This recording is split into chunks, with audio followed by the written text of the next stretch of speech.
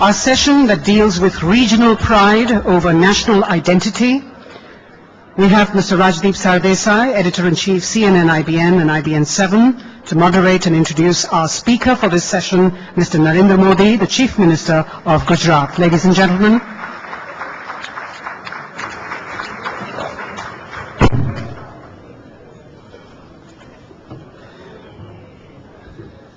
Thank you. I think it's purely coincidental that Mr. Modi and I have worn saffron today. It's proof that color is no longer the monopoly of one ideology, but we will discuss that on another day, another time. But we're all friends, and we welcome Narendra Modi, the Chief Minister of Gujarat, after Dr. Singh and Sonia Gandhi. It's the turn of Mr. Modi. Mr. Modi was asking me since he was in the flight as to what had Sonia and Manmohan spoken about, or Manmohan Singh ji had spoken about. And I said that they had spoken about the nuclear deal. So Mr. Modi says, I can also speak on deals, but I won't speak on the nuclear deal. But he's one politician who draws contrasting emotions. His supporters truly admire him and say that he is Mr. Gujarat. And his detractors feel that, in a sense, he is symbolic of a divisive politics. Either way, like him, dislike him, you can't ignore Narendra Modi. And I think his presence at this platform, in a sense, signifies that. The way we thought we'd do this is Mr. Modi will speak on the topic that we've kept in the brochure, which is looking at regional identity versus regional pride versus national identity. Mr. Modi belongs to the new brand of chief ministers who have virtually become brands themselves. Some of them become larger than the parties that they represent also. And their strength comes from the fact that they control important states of the country. He, in a sense, is therefore typical of a new breed of chief ministers who, and many believe that the power now comes from state capitals, and the future of India could well be decided in states and not at the center. So I'm going to open the floor to Mr. Modi to speak for about 10-15 minutes. He says his voice is not at its best. That happens when elections are around the corner. We'll give him 10-15 minutes, Mr. Modi, and then open up for questions. Mr. Narendra Modi, Chief Minister of Gujarat.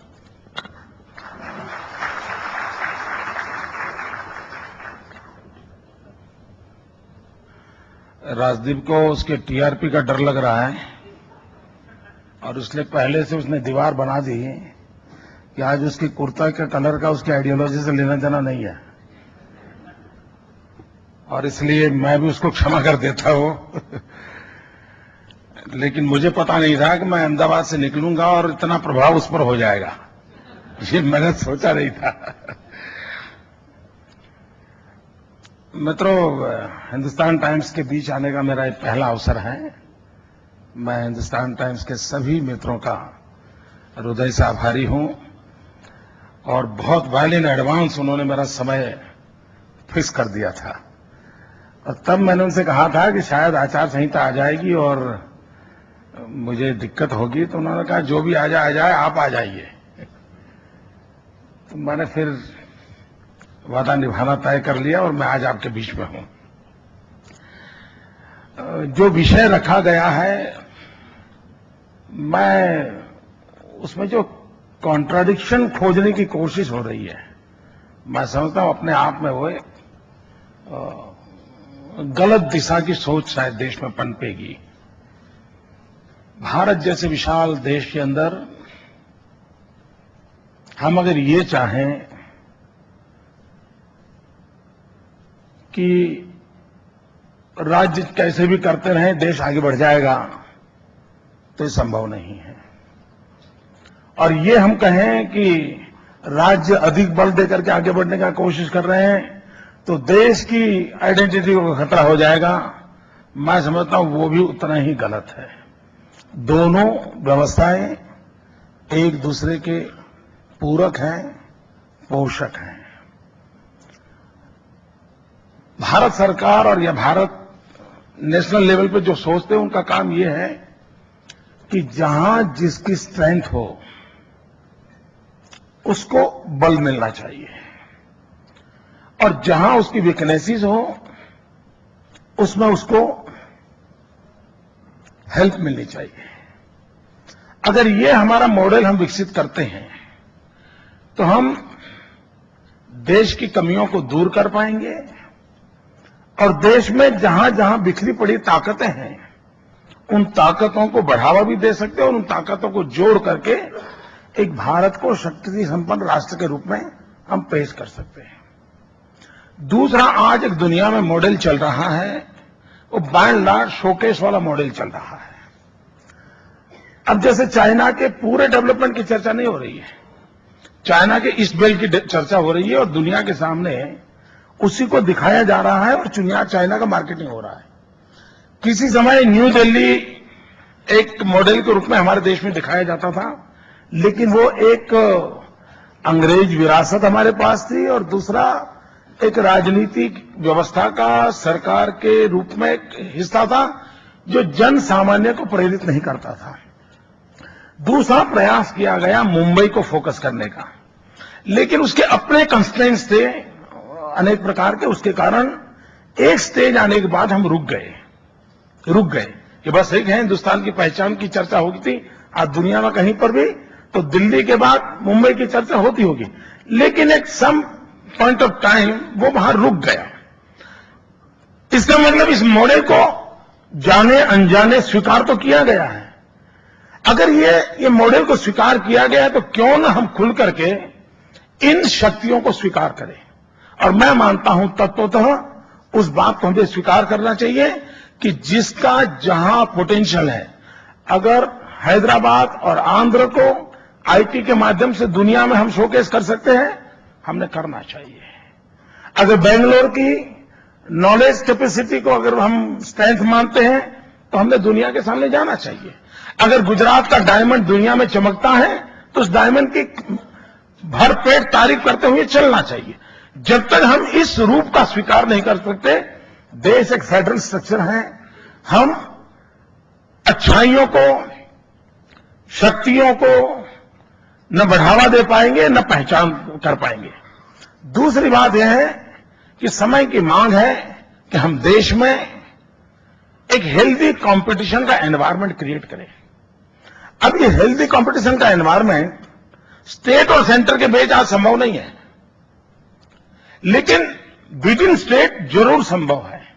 उसके parameter बन सकते हैं, valid advance parameters की चर्चाएं हो सकती हैं।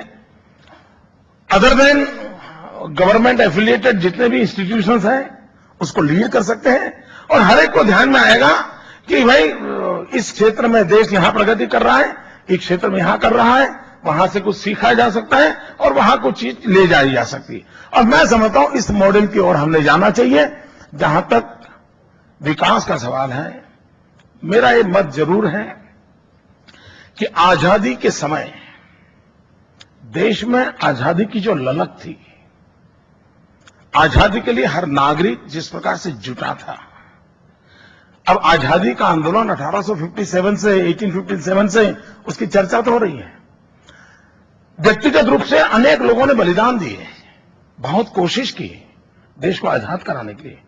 सैकड़ों लोग थे जो अंडमान निकोबार की जेलों में अपनी जिंदगी गुजार रहे थे, लेकिन महात्मा गांधी का सबसे बड़ा कंट्रीब्यूशन यह था कि उन्होंने आजादी को जन आंदोलन पर परिवर्तित किया।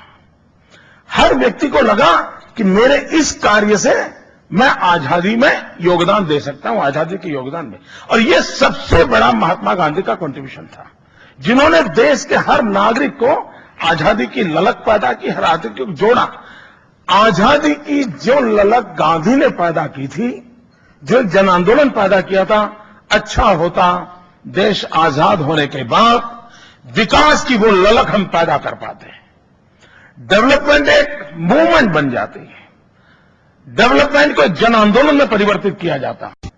मैं वो व्यक्ति हूं जो गुजरात के गौरव की दिल ठोक करके बात करता हूं और मैं मानता हूं, मेरी सरकार ने जब कार्य प्रारंभ किया तो मैंने पहले ही दिन मेरा एक मंत्र कहा था, उस मंत्र को आज भी लेके मैं चलता हूं, भारत के विकास के लिए गुजरात का विकास। अल्टीमेट मेरी इच्छा यह है कि मेरा देश महान बने, लेकिन उसके लिए मेरा दायित्व है गुजरात। मुझे गुजरात में कुछ करके दिखाना चाहिए, मुझे देश को आगे ले जाने के लिए कंट्रीब्यूट करना चाहिए। मेरी देश के साथ कंपटीशन नहीं हो सकती है, लेकिन अगर मुझे ये भाव पैदा करना है कि मेरे देश के विकास के लिए मेरा राज्य कंट्रीब्यूट करे, ये भाव पैदा करना है, तो उस राज्य के विकास का एक माहौल खड़ा करना पड़ता है।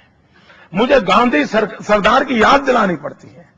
हमारे एंटरप्रेन्योर कैपेसिटी है, उसकी मेरे राज्य के लोगों को याद दिलानी पड़ती है। मुझे उनको कहना पड़ता है कि देखिए भाई, तुम्हारे अंदर ये दम है, तुम इस काम को कर सकते हो, चलो मेहनत करो। मित्रों, मैं अगर ये न करता तो क्या होता। मैं आपको उदाहरण देता हूं। गुजरात एक ऐसा प्रदेश है जहां 10 साल में 7 साल अकाल रहता था, आज भी रहता है। पिछले 5 साल का इतिहास छोड़ दें, 10 साल में 7 साल वाटर स्कैर्सिटी, और उसके कारण मेरे यहां रेगिस्तान बढ़ रहा था। मेरे यहां पूरा सौराष्ट्र एक प्रकार से एक्सोडस चल रहा था। कच्छ और सौराष्ट्र से लोग अपना गांव घर छोड़ करके सूरत और मुंबई के अंदर झुग्गी झोपड़ी में जिंदगी बसर करने के लिए मजबूर हो जाते थे। अब हमने एक मोमेंटम खड़ा किया, जल संचय के लिए एक अभियान चलाया, लोग भागीदारी को बल दिया और ये प्रेरणा जगाई। और आज परिणाम ये हुआ कि वाटर कंजर्वेशन के विषय में आज गुजरात देश के लिए एक मॉडल बना हुआ है। जो 10 साल में 7 साल वाटर स्कैर्सिटी का स्टेट था, चेक डैम, बोरीबंद, रिवर ग्रिड, रिचार्जिंग वेल्स, इतने सारे अभियान चलाए। आज एक एक बिंदु को बारिश के पानी को रोकने का प्रयास किया, और आज उसका परिणाम यह हुआ कि मेरे गुजरात के अंदर अच्छे से अच्छी बारिश जब होती थी, 16 नहीं वर्ष होता था, तब भी मेरी एग्रीकल्चर इनकम मैक्सिमम 9,000 करोड़ हुआ करती थी। दिस ईयर मेरी एग्रीकल्चर इनकम 34,000 करोड़ है विद इन 4 years। मित्रों, अगर वाटर अब ये मैं जन आंदोलन, जनता के दिमाग में ये भाव बढ़ता नहीं तो मैं नहीं मानता कि सरकार ये कर सकती थी। ये आप उनके अंदर एक प्राइड पैदा करना पड़ता है, एक गौरव की अनुभूति करानी है, और जब वो रिकॉग्नाइज होता है तो उसको आनंद होता है। मित्रों, मेरे यहां वैसे गुजरात एक बहुत बड़ा प्रगतिशील राज्य के रूप में आप लोगों के पास पहचान है। मित्रों, जिस दिन मैंने शपथ लिया और उसके बाद मेरी जो सेक्रेटरी लेवल की पहली मीटिंग थी, उस मीटिंग में मेरे एजुकेशन सेक्रेटरी ने जो रिपोर्टिंग किया, उसने कहा साहब, गर्ल चाइल्ड एजुकेशन में गुजरात देश में 20 नंबर पे खड़ा है। And I was shock. मित्रों, उस रात में सो नहीं पाया था। क्या मेरे राज्य में यह स्थिति हो सकती है? मैंने जन आंदोलन खड़ा किया। हर बार 13, 14, 15 जून, जबकि मेरे राज्य में 45 डिग्री टेम्परेचर होता है, जून महीने में आमतौर मेरे यहां अफसरों को शिमला, कुल्लू, मनाली, स्विट्जरलैंड जाने की आदत बनी हुई थी। राजनेताओं को भी वहां जाने की आदत बनी थी। मैंने तय किया मैं 13, 14, 15 जून 3 दिन राज्य में जहां कम से कम एजुकेशन है उस गांव में जाके मैं रहूंगा। 45 डिग्री टेम्परेचर होगा तब भी रहूंगा। और स्थिति ये बनी मित्रों कि मेरी पूरी सरकार गांव जाने लगी, आईएएस अफसर जाने लगे, आईपीएस अफसर जाने लगे। 3 दिन करीब 750 की मेरी टॉप टीम गांव में रहने लगी। और आज मेरे यहां 100% एनरोलमेंट में हम सक्सेस हुए। मेरा ड्रॉप आउट 49% था, it has come down to 3%। इसीलिए इज अ मिरेकल मित्रों। अगर ये प्राइड पैदा नहीं करते तो डेवलपमेंट होता नहीं। प्राइड पैदा नहीं करते तो मित्रों डेवलपमेंट होता नहीं। और डेवलपमेंट तब तक नहीं होता है जब तक जन भागीदारी नहीं बनती। जन भागीदारी तब तक नहीं बनती है जब तक उसका इमोशनल अटैचमेंट ना हो। सिर्फ मियर फाइनेंशियल गेन के लिए जन भागीदारी बनती नहीं है, उसका एक इमोशनल अटैचमेंट होना चाहिए। और इमोशनल अटैचमेंट के लिए उसको दिखना चाहिए कि हां ये बदल आया। मैं इन जनरल तो देशभक्ति की चर्चा करूं, भारत माता बोलूं, लेकिन मैं हर ट्रेन के डिब्बे में पान खाकर के थूकता रहता हूं। लेकिन मैं भारत माता के स्वरूप को समझूं तो फिर मैं उसमें बदलाव लाऊंगा। ये जब तक हम इमोशनल लेवल पर चीजों को नहीं ले जा सकते, हम परिस्थिति को पकड़ते नहीं। मित्रों, मुझे याद है मैं जब गुजरात गया 2001 के अक्टूबर महीने में, मुझे मुख्यमंत्री के रूप में दायित्व आ गया।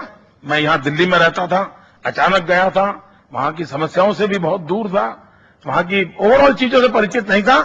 लेकिन जब मैं वहां गया तो मुझे जो मित्र लोग मिलने आए, पत्रकार मित्र मिलने आए, तो उन्होंने कहा मोदी जी एक काम कीजिए, कम से कम शाम को खाना खाते समय बिजली मिले, इतना तो करिए आप। डिनर के समय इलेक्ट्रिसिटी अवेलेबल, इतना तो कीजिए। ये मुझे लोग मांग कर रहे थे। मित्रों, आज हमने एक अभियान चलाया, ज्योतिग्राम योजना, और पीपल्स पार्टिसिपेशन से चलाया। 1000 दिन का मेरा ये अभियान चला, 1000 डे, और मैंने तय किया कि मैं हर गांव को 24 घंटे बिजली दूंगा, और उसके लिए जो भी टेक्निकल सॉल्यूशन लाने हैं उसको खोजे। मित्रों, 1000 दिन में, और ये आप सबके लिए सरप्राइज होगा, वही सरकार, वही मुलाजिम, वही फाइलें, वही तौर तरीके, वही आदतें, and no one was recruited in my time. ये सब पुराने जमाने के रिक्रूटेड लोग थे, लेकिन उन्हीं लोगों के अंदर प्रेरणा जगाई, राज्य मेरा ऐसा नहीं हो सकता, ऐसा होना चाहिए। एक प्राइड भर दिया। 1000 डे में 23 लाख नए बिजली के पोल डाले गए, 56,000 नए ट्रांसफार्मर डाले गए, 75,000 किलोमीटर नया बिजली का केबल डाला गया with in 1000 day. Can you imagine कितना वर्कलोड उन लोगों ने झेला होगा 1000 दिन तक। और परिणाम यह हुआ कि भारत के राष्ट्रपति मेरे यहां आए थे, और गुजरात के अंदर 24 घंटे 3 phase uninterrupted power is available to each and every nook and corner. यानी ये बदलाव आ सकता है। और जब ये बिजली सिर्फ नहीं आई मित्र, उसके कारण क्वालिटी ऑफ लाइफ में चेंज आया। डॉक्टर जो गांव छोड़कर के शहर चला जाता था, गांव में रुकने लग गया। मेरे यहां गांव के अंदर लॉन्ग डिस्टेंस एजुकेशन की संभावना खड़ी हो गई। बच्चा कंप्यूटर गांव में सीखना चाहता था, अवेलेबल। यानी पूरा बदलाव जीवन में आया। और सबसे बड़ा जो चेंज आया है, दुनिया गुजरात हिंदुस्तान को एक बाजार के रूप में देखती है। ज्योतिग्राम के कारण मैंने गुजरात को एक मैन्युफैक्चरिंग सेंटर के रूप में, गांव को भी उत्पादन का केंद्र बनाने की दिशा में बदलाव कर दिया। और उसका नतीजा ये होगा, गांव की इकोनॉमी में बहुत बड़ा बदलाव आएगा। और जब गांव की इकोनॉमी बदलती है तो शहर में अपना आप उसका इंपैक्ट क्रिएट होता है, मार्केट क्रिएट हो जाता है। ये इकोनॉमिक्स से सीधे साधे नियम है। मित्रों, एक चीज करने से क्या, मित्रों, हिंदुस्तान के हर व्यक्ति, यहां बैठा हुआ हर व्यक्ति, उसने एक बात सुनी होगी, हर किसी ने, और आप बोले भी होंगे। गलीपति से लेकर के राष्ट्रपति तक कोई इसमें बाकी नहीं है। सबने कहा है justice delay is justice deny. सबने कहा, किसी ने रास्ता खोजा। मिस्टर, रास्ता कानूनों से नहीं खोजा जाता, आपको उसको इमोशनली मोटिवेट करना पड़ता है। मैंने गुजरात के अंदर एक बेड़ा उठाया, मैंने जुडिशरी लोगों को मिला, और 3 चीजों को मैंने उनके सामने रखा। एक, मैंने कहा मुझे इवनिंग कोर्ट चालू करनी चाहिए, आप मुझे मदद कीजिए। वही इंफ्रास्ट्रक्चर, ये गरीब देश है, नया इंफ्रास्ट्रक्चर कहां से लाएगा? उसी इंफ्रास्ट्रक्चर में इवनिंग कोर्ट चालू करेंगे। मित्रों, we are first in the country जिसने इवनिंग कोर्ट चालू की। हमारे चीफ जस्टिस ऑफ इंडिया आए थे, और 14 नवंबर पंडित नेहरू के जन्मदिन पर, आज से 11 महीने पहले, उस कोर्ट को मैंने प्रारंभ किया। आज 80 इवनिंग कोर्ट चल रही हैं, और करीब 1.5 लाख लोगों को न्याय मिल चुका। 1.5 लाख लोगों को मित्रों। और मैंने ये काम यह किया कि जो गरीब आदमी है, जो दिन में रोजी रोटी कमाता है, जिसको कोर्ट जाना, इन्हें रोजी पूरे दिन की खो देना, ऐसे जो गरीब लोग थे, उनके केसेस में शाम को ट्रांसफर कर दिया, इवनिंग में ट्रांसफर कर दिए। गरीब आदमी ऑटो रिक्शा चलाता है, टैक्सी ड्राइवर है, बेचारा चने ममरे बेचता है, उसकी छोटी छोटी कठिनाइयां हैं, उसको बचा लिया। मित्रों, दूसरा मैंने रिक्वेस्ट किया कोर्ट को, क्या हम कोर्ट का टाइम आधा घंटा बढ़ा सकते हैं? और मैं खुशी से कहना चाहता हूं, मेरे राज्य के जुडिशरी से जुड़े हुए लोगों ने आधा घंटा कोर्ट का टाइम बढ़ा दिया।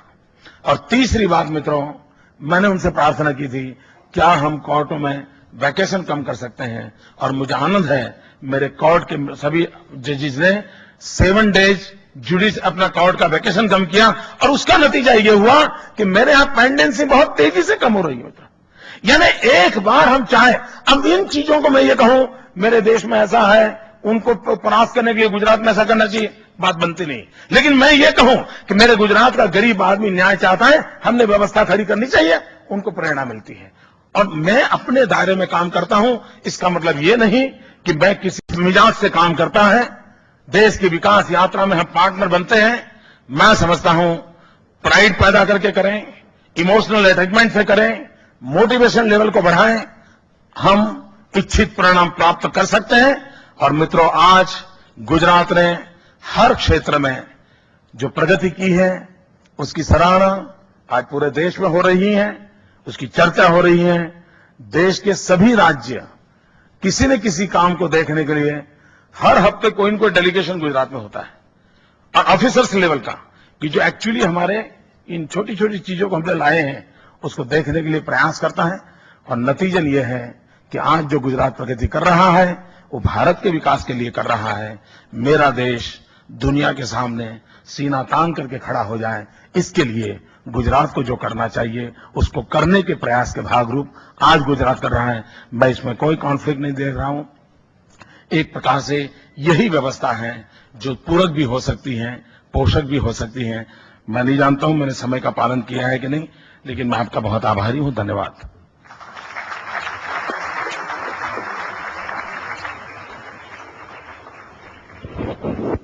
Okay. Should we make this a journalistic conversation, ideological conversation, or political conversation? But I think Mr. Narendra Modi has set the ground rules, really spoken on the topic itself, which is regional identity and national pride in a sense, and suggested that they aren't necessarily in conflict.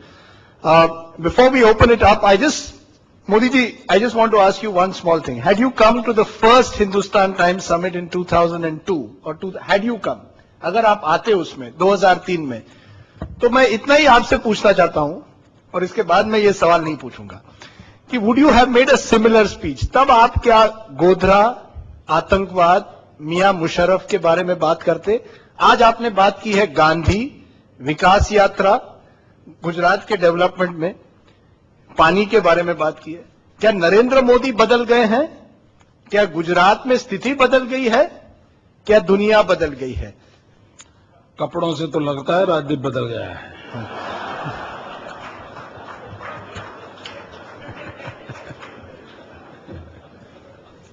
नहीं, कहीं क्या बदलाव आया है? जो मुद्दे आप 5 साल पहले उठाते थे, आज आप वो मुद्दे नहीं उठाते। क्या आपको लगता है कि एक बार आप मुख्यमंत्री अब बन गए हैं, 5 साल चले हैं, तो any chief minister thinks of development now and doesn't think of the emotional divisive issues? Is that a change that you have seen in yourself, or is that a political reality you have come to terms with? हो सकता है कि जिन लोगों ने इस प्रकार की आलोचनाएं की हैं उनमें अभी वो हिम्मत नहीं आई होगी मेरे सत्य स्वरूप को स्वीकारने की। हो सकता है they will have to wait for 5 years, और मैं इंतजार करूंगा। There are a lot of English speaking people in the audience who perhaps don't understand what you've said, so I'm going to try and translate from time to time, but I want to persist for just this moment that there is a media perception, particularly English language media, which you often attack and target, who called you for years the hero of hatred, Hindutva hero. Today you're seeing, even in the Hindustan Times, I think, I don't know if Veer will permit me to use it, but he even suggested in paper that he almost called you a mass murderer. You did, okay. Now, how do you respond to those people today? How do you respond to those who for years called you hero of hatred, mass murderer? जिन लोगों ने मेरे लिए जो कुछ भी कहा है, मैं उन सब मित्रों को प्रणाम करता हूं, मैं बड़ा आदर करता हूं, और मैं ईश्वर से प्रार्थना करता हूं कि उन लोगों के प्रति मेरी दोस्ती बरकरार करने की मुझे ताकत दे, बहुत अच्छी दोस्ती बनी रहे, और मैं मानता हूं कि समय आने पर सत्य हर को समझने की कोशिश करेगा। Let me just once more try before I open it. Mr. Modi, do you fear, while you talk about this agenda, you're going around the world, you achieved enormous popularity, I see in the newspapers in China itself, from the kind of speeches you made focusing on the development of the state. Your past will haunt you. Are you worried about that? Would you like, before this gathering, once and for all to clarify so that it doesn't arise both for Veer and others? Do you regret what happened in 2002? Do you believe that the time has come to move on beyond it? मेरी गुजरात की जनता को मैंने न्याय करने का उनको सुपुर्द किया है, और उससे बड़ा कोई नहीं है। उसने एक बार न्याय किया, दोबारा भी करें। आप आकर के आइए, एजेंडा सेट कीजिए कि पूरे ऑडियंस को मैं गुजरात में निमंत्रण देता हूं। राजदीप सरदेसाई की जो एजेंडा है उसको आप बल दीजिए, वहां मेहनत कीजिए। मेरे गुजरात, क्योंकि मेरे वो भगवान है, मैं उनको जवाबदेह हूं और मैं उनको जवाब देता रहता हूं। और मैं दोबारा जाऊंगा मैदान में। आप आइए, सब लोग आइए, निमंत्रण है। So do you believe Modi ji, as a politician, as chief minister, ultimately your vision of Gujarat will be defined by the people of the state? If you keep winning elections, then you believe you are doing the right thing. Is it about morality or is it about winning elections? If you win an election, everything is fine. ये आपको तय करना है कि आप जनता के निर्णय को स्वीकार करते हैं या अपने पुराने विचारों को पकड़ के रखते हैं। वो आप पर निर्भर करता है। मेरे लिए जहां तक सवाल है, नरेंद्र मोदी के लिए, मेरे लिए जनता फाइनल है। Janta final. But that is every individual of Gujarat.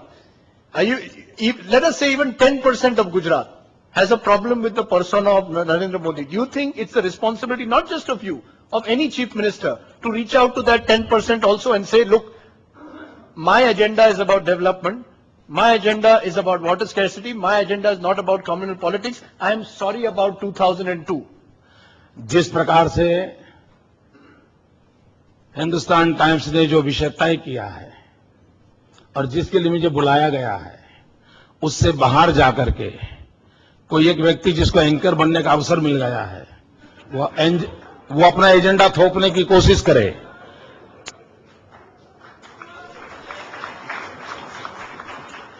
जो अपना एजेंडा थोपने की कोशिश करें, तो ये शोभना भरतिया जी तय करे आगे क्या करना है, कैसे एंकरों को बुलाना, क्या करना, वो आप तय करें।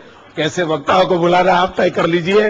और CNN, IBN आपका पार्टनर है, तो आप दोनों मिलकर के तय कर लीजिए। मेरा भाग्य मेरे गुजरात की जनता तय करेगी। और दूसरी बात है, मैं जब कहता हूं कि मैं 18,000 गांव में 24 घंटे 3 फेज अनइंटरप्टेड पावर पहुंचाया।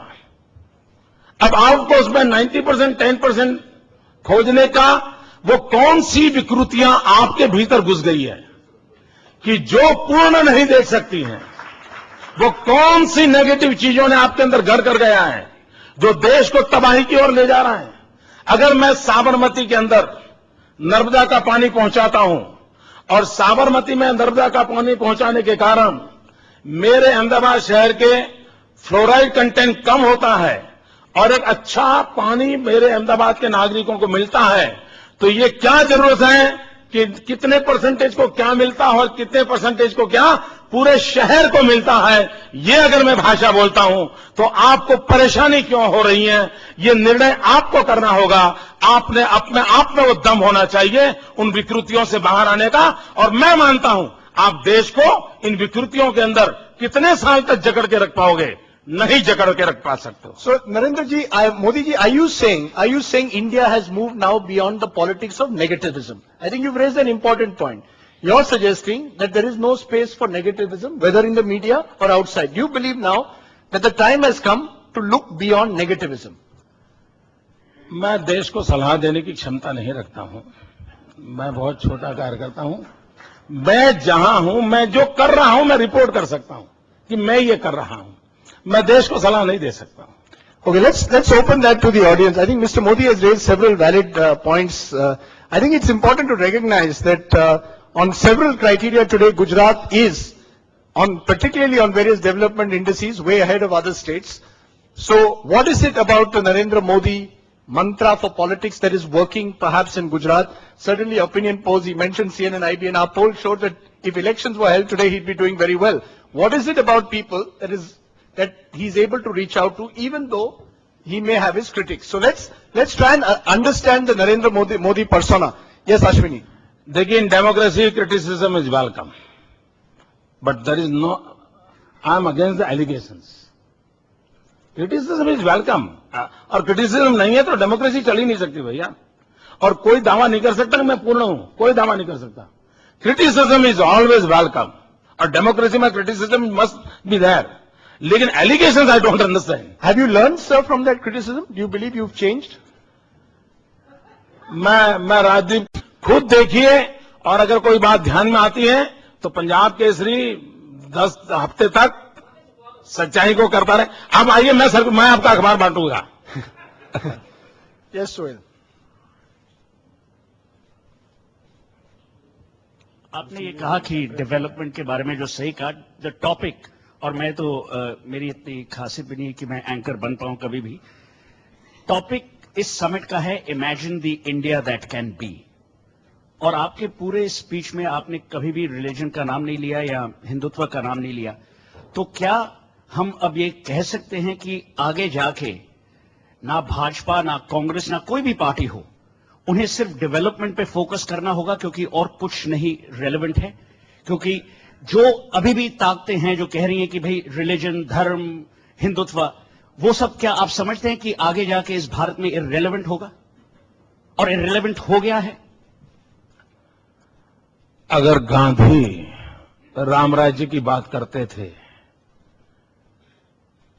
और मुझे आज भी लगता है कि गांधी आज भी रिलेवेंट है, और मुझे वो दोनों बातें रिलेवेंट लगती हैं।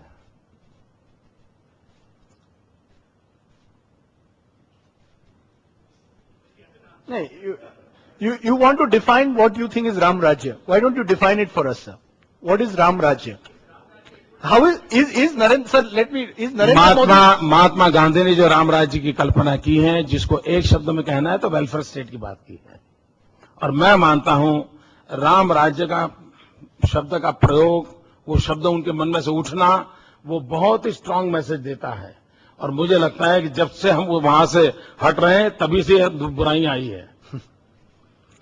राजीव शुक्ला। राजीव ने बॉलिंग करता है, न बैटिंग करता है, न एम्पायरिंग करता है, फिर भी क्रिकेट में है। मैंने पूरे भाषण में आज देखा कि मोदी जी का जो ट्रस्ट था वो महात्मा गांधी पे था, सरदार पटेल पे था। जो सबसे बड़ी बात उन्होंने कही कि गांधी की सबसे बड़ी खासियत ही थी कि सबको जोड़ के वो आगे चले और बढ़े, इसीलिए शायद उनका आंदोलन सफल हुआ। तो मोदी जी, आपको नहीं लगता है कि अगर गांधी जी सबको जोड़ के चले, पूरे समाज को, तभी आगे बढ़े, तो गांधी जी से सबक लेके आपको भी पूरा समाज अपने साथ जोड़ना चाहिए, समाज का कोई पक्ष आपसे अलग न हो। और उसके साथ साथ मेरा अपना ये मानना है कि जो विकास है उस बिना पूरे समाज को साथ लिए चल सकता। आज गांधी जी होते तो आपको नहीं लगता कि आपके खिलाफ भूख हड़ताल पे बैठ गए होते? मेरे लिए बहुत बड़े दुख की बात है कि राजीव शुक्ला कांग्रेस में है, उसको गांधी का ज्ञान नहीं है। आपको जो गांधी का वर्णन कर रहे हो, जिस सवाल का आपने आधार बनाया, सुभाष बाबू की घटना को याद कर लीजिए, सुभाष बाबू के प्रकरण को याद कर लीजिए। कौन सा प्रकरण? सुभाष बाबू और गांधी के संबंधों का प्रकरण याद कर लीजिए। नहीं, आप पूरी बात तो आप जो कह रहे सबको जोड़ने वाला, सुभाष बाबू और गांधी का प्रकरण देख लीजिए। नहीं, आप कह रहे हैं कि सुभाष बाबू अलग थे गांधी से। आप अब उस घटनाक्रम को देखिए ना, सुभाष चंद्र बोस के बयान अपने पढ़िए, उन्होंने खुद कहा कि गांधी सबसे ज्यादा। उस घटनाक्रम को देख लीजिए। मैं अपनी कोई कमेंट नहीं करता हूं, मैं आपसे इतनी प्रार्थना करता हूं, आप कांग्रेस के कार्यकर्ता हैं, गांधी के जीवन का कांग्रेस की हिस्ट्री के साथ जुड़ा हुआ ये एक चैप्टर है, उसको आप देख लीजिए ना। नहीं, चैप्टर मैंने भी पढ़ा है। You want to specify what you're trying to say. I think forget the Gandhi Bose incident. नहीं, जो उन्होंने प्रियम्बल रखा था अपने सवाल का, उस प्रियम्बल को मैंने रिस्पॉन्ड किया है। नहीं sir, I think the question समझ में जवाब नहीं आ रहा। What does Gandhi mean for Narendra Modi or for India today? What do you think for Gujarat, India today? मैं आज भी मानता हूं गांधी का जो ग्राम स्वराज का सपना था, आज भी उतना ही मैं रिलेवेंट देख रहा हूं। डेवलपमेंट का, ग्राम स्वराज का गांधी का, and this is my conviction. मैं आपको एक छोटा उदाहरण बताऊं। मैं जब छोटा था तो मेरे गांव में आचार्य विनोबा जी भावे के माध्यम से बहुत कुछ काम चल रहा था। तो एक डॉक्टर द्वारकादास जोशी, अब तो आयु 90 साल हो गई, वो बहुत ही डेडिकेटेड गांधीयन, वो जिनके मुझे बहुत आशीर्वाद मिले मेरे जीवन में। तो डॉक्टर द्वारकादास जोशी ने एक बार कहा था कि पार्लियामेंट का इलेक्शन होता है तो देश को बहुत नुकसान नहीं होता है, असेंबली का इलेक्शन होता है नहीं होता है, लेकिन जब पंचायत का इलेक्शन होता है तो पूरा गांव बिखर जाता है, एक दूसरे को मारने काटने पड़ जाते हैं। क्यों ना हम गांव के अंदर यूनानिमस इलेक्शन का माहौल बनाए। एक सपना मैंने बचपन में सुना था। मित्रों, जब मैं चुनाव ये मैं मुख्यमंत्री बना 7 अक्टूबर को, 11 अक्टूबर को जयप्रकाश नारायण जी का जन्मदिन था, 2001 की बात करता हूं, और उसी समय मेरे यहां 11,000 पंचायतों के चुनाव ड्यू थे। तो उस दिन मैंने एक स्कीम घोषणा की थी कि जो गांव यूनानिमस से अपना इलेक्शन तय करेगा, गांव मिल करके करेगा, उनको मैं 1 लाख रुपया डेवलपमेंट राशि दूंगा।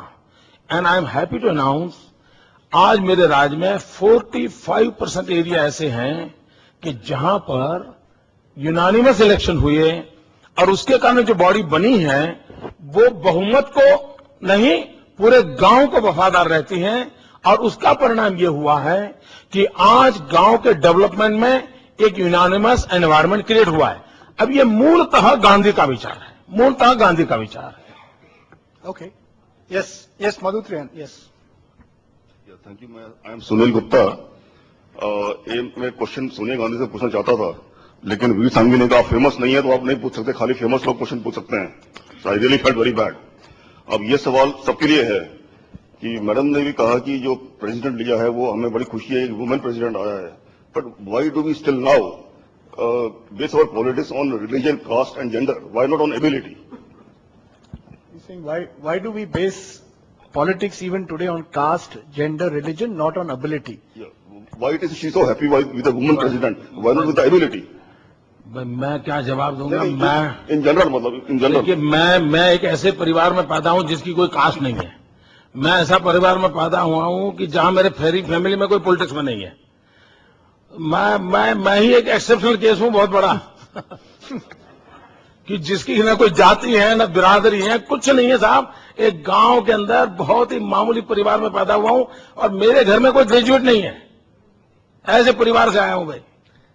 Sir, maybe you can take that point. You know, imagine the India that can be. Do you believe this is one of the major conflicts of India?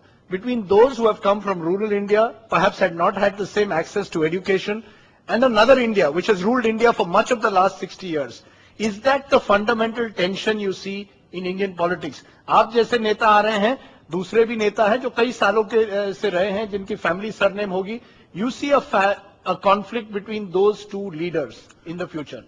देखिए, मैं समझता हूं ये बड़ा एकेडमिक टाइप ऑफ क्वेश्चन है। अब जैसे अरविंद के जीवन को कोई देखें, श्री अरविंद के, तो वो सारे पैरामीटर बैठते हैं कि वो कभी इस देश को प्रेम कर ही नहीं सकते थे।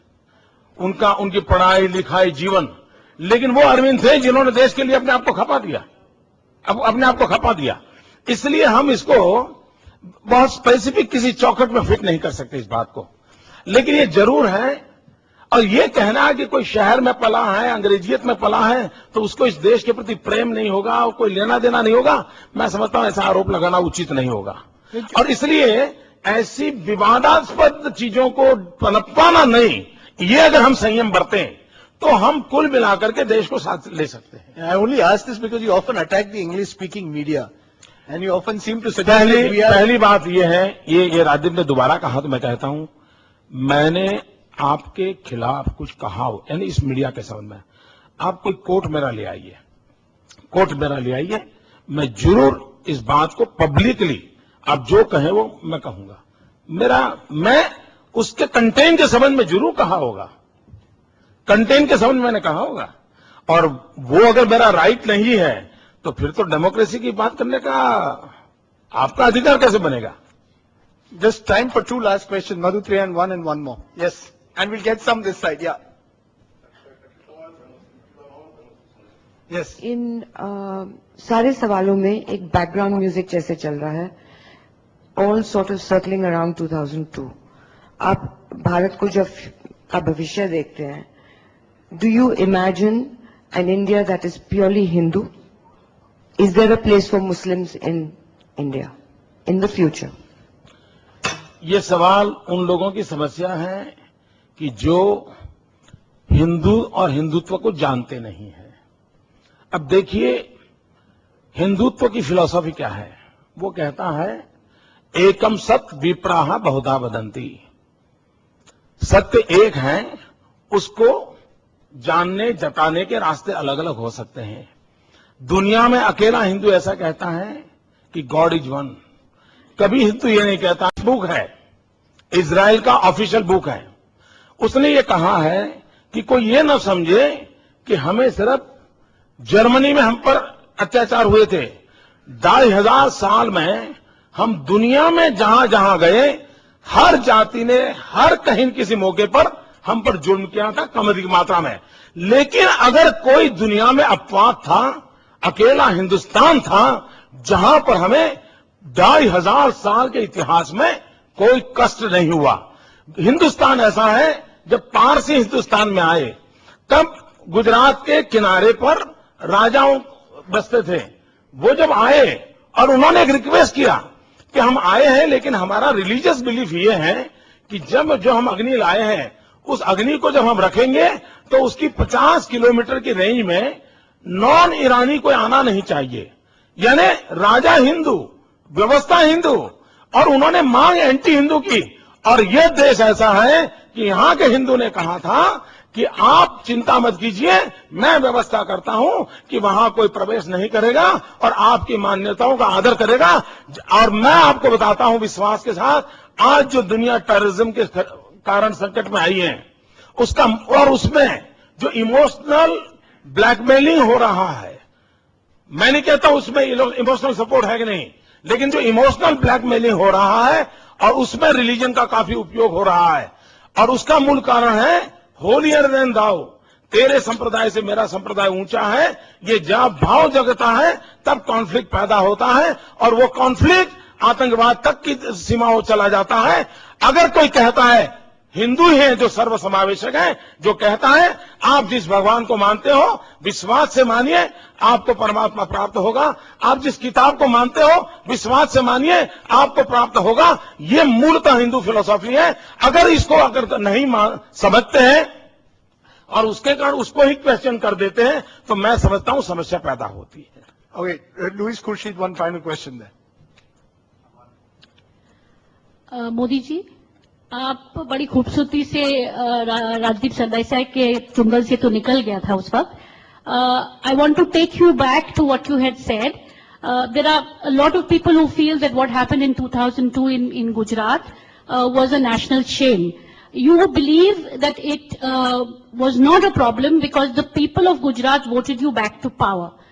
मैं आपसे ये पूछना चाहते हैं कि 100% में से 100% में से कितने लोगों ने आपको आपके पार्टी को कितने प्रतिशत वोट हासिल आपने किया, ताकि ये समझ लो कि how many people were part of your Gujarati pride and how many people were not. No, what's your question, ma'am? My question is, what percentage of the people of Gujarat voted for your party when you returned? Out of 100%, how many percent did you win? And if you won 40 or 45%, does it mean that 55% or whatever was left does not go along with you and does not agree with your version of Gujarati pride? आज हिंदुस्तान में जो सरकार बैठी है वो भी उसी प्रकार से वोट लाई है। आप जो लॉजिक आप लगाते हैं उसी लॉजिक से जवाब आएगा। आप ये तय करें कि आपको चाहिए वो जवाब मिले, वैसा तो सवाल हो नहीं सकता। आपने जो सवाल उठाया, देखिए हिंदुस्तान का लोकतंत्र कैसा चल रहा है। 100% मतदाता एवरेज 50% वोट डालते हैं, उसमें से जो 26% ले आता है वो 100% पे राज करता है। ये हमारा डेमोक्रेटिक सिस्टम है। और खुर्शीद जी हमारे उसी पर तो चलते रहते थे। Mr. Gupta, you want to ask one quick question? Yes. Please keep it quick and brief. Very, very quick. आपने ये तो कह दिया कि राजीव शुक्ला को न तो बैटिंग करनी आती है न फील्डिंग करनी आती है। मैंने आती नहीं ऐसा नहीं कहा, करते नहीं है ये कहा भाई। और 2 गुजरात के सपूत जो भारत के भी सपूत हैं, जिन्हें बैटिंग भी करनी आती है और बॉलिंग भी करनी आती है, और साउथ अफ्रीका में हमारे लिए वर्ल्ड कप जीत के लाए इरफान पठान और यूसुफ पठान, 5 दिन लगे आपको उनको रिकॉग्नाइज करने में। आपको एक तो न डेट का ज्ञान है न समाचार का ज्ञान है। ये मुझे आपसे की शिकायत है कि आप इतने सोए हुए थे कि आपको 5 दिन के बाद खबर मिली। नहीं, आप सोए थे कि आपको 5 दिन के बाद खबर मिली। ये बड़ा दुर्भाग्य है कि आपके खबरों का जो स्रोत है उसको वेरीफाई कर लीजिए। और आप अच्छा होगा। और दूसरी बात है, कोई इनाम दे या न दे उसके आधार पर मूल्यांकन होगा देश का। यह भी मैं आपको पूछना चाहता हूं, क्या ये मीडिया एजेंडा सेट करेगा कि किस मिनट क्या करना है? और मैं आपको पूछना चाहता हूं, जब हमारे गुजरात के बच्चे और देश के नौजवानों ने पाकिस्तान को क्रिकेट के मैदान में पराजित किया था, गौरव हो, इनाम हो, अच्छी बात है, लेकिन अयोध्या के अंदर जब राम मंदिर पर हमला हुआ तब पाकिस्तानियों को मेरे जवानों ने मौत के घाट उतार दिया था, तब जाकर के किसी ने इनाम नहीं दिया, उसको क्वेश्चन किया था आपने? उन्होंने तो पाकिस्तानियों को गिरा दिया था। ये तो क्रिकेट के मैदान में जीत के आए थे, उनका सम्मान होना चाहिए, लेकिन काउंटर क्वेश्चन ये भी तो झेलना पड़ेगा जो ऐसे सवाल पूछते हैं। One thing hasn't changed, huh? You've remained combative as ever. 5 years haven't changed that. But I want to ask you one final question. Do you really see yourself as a future Prime Minister of this country? Is that an ambition that you have? The discussion was about Chief Ministers, about Gujarat. You believe that your priority at the moment is Gujarat. You're fighting an election there.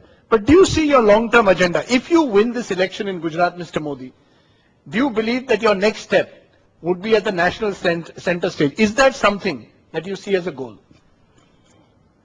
ये तो पूरा सवाल ही irrelevant है, बेमतलब है। मित्रों, मैं मूलतः संगठन से जुड़ा हुआ व्यक्ति था।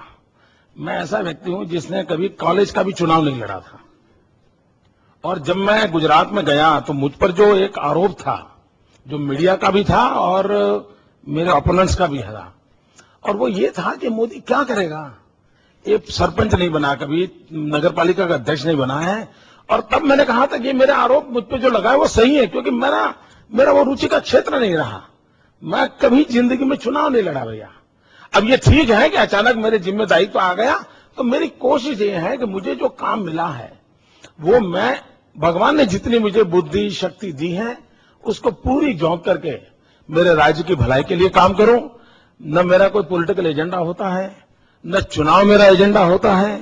मेरा अगर एक एजेंडा एक है तो मेरे गुजरात का भला हो, मेरा गुजरात देश के विकास के लिए काम आए, हर प्रकार के विकास मेरे गुजरात में हो। और दिन रात मेरे दिमाग में, मित्रों, ये शायद शब्दों में आपके गले नहीं उतरेगा, लेकिन आप जैसे किसी परमात्मा से जुड़ गए हो, किसी की भक्ति पूजा करते होंगे, अच्छे बुरे पल में आपको कृष्ण याद आते होते होंगे, राम याद आ जाते हो, कोई माता याद आते हो। मित्रों, मुझे दिन रात सिवाय गुजरात कुछ नहीं दिखता। मैं पागल हो चुका हूं गुजरात के गया, और मेरा वो पागलपन ही है, मेरा गुजरात की भलाई करेगा। और मैं चाहता हूं कि मुझे मेरा वो पागलपन बरकरार रखने में कुछ दोस्त मेरी मदद करे। इसमें गुजरात पूजा है या व्यक्ति पूजा है?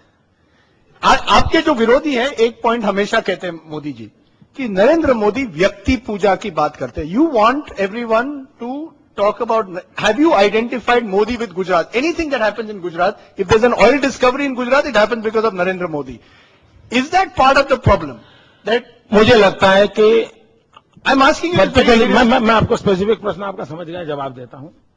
अगर हर चीज के लिए मुझे गालियां इतनी न पड़ती तो शायद ये परिस्थिति पैदा न होती, क्योंकि गालियां इतनी दे दी आपने, इसलिए अच्छाइयां भी वहां आइडेंटिफाई होती है। दोनों चीजें उचित नहीं है, ये मेरा मत है। दोनों चीजें उचित है। आप एक व्यक्ति को टारगेट करके उतनी गालियां भी मत दो, और एक व्यक्ति को टारगेट करके उतनी क्रेडिट भी मत दो। अब ये बैलेंस आपसे संभव नहीं है, क्योंकि आपको अपना ये चैनल चलाना है। नहीं सर, चैनल का नहीं sir, I am asking, your own party says this.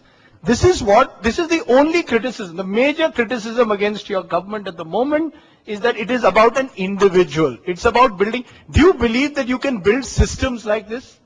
Do you believe, this is why there are members in your party? अगर मैं इवनिंग कॉर्ड करता हूं, is it not a system? अगर मैं ज्योतिग्राम करता हूं, is it not a system? अगर मैं गर्ल चाइल्ड एजुकेशन के लिए 700 लोगों को लेकर गांव में जाता हूं, is it not a system? अगर आपको पूरा समझने का समय नहीं है, आपको एक चलती का नाम गाड़ी लिखने की आदत है, अब उसको जवाब देता मैं कहां टाइम बिगाड़ूंगा भैया? आप अपना काम कीजिए, हम हमारा काम करेंगे। Mr. Narendra Modi, I think we could go on like this for a long time, but I think we've decided that we've drawn a line here. There's a Lakshman Rekha. I think you've answered most of your questions. I think Mr. Modi still remains, in a sense, some say a victim of a stereotype. Others believe that he still has much to answer for. But whichever way it is, he still remains a politician to reckon with. Mr. Narendra Modi, thank you very much.